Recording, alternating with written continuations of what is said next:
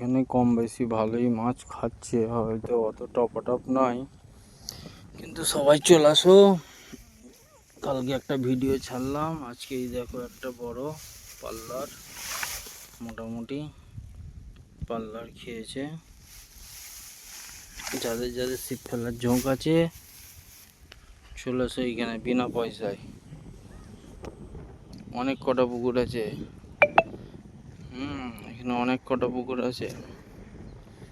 কালকেও ফেলা হয়েছে, কালকেও খেয়েছে একটা, আজকেও খেয়েছে। নসিবের ব্যাপার আছে কিছুটা, যে রোজেরই খাবে সবসময় খাবে তার গ্যারান্টি দেওয়া যাবে না।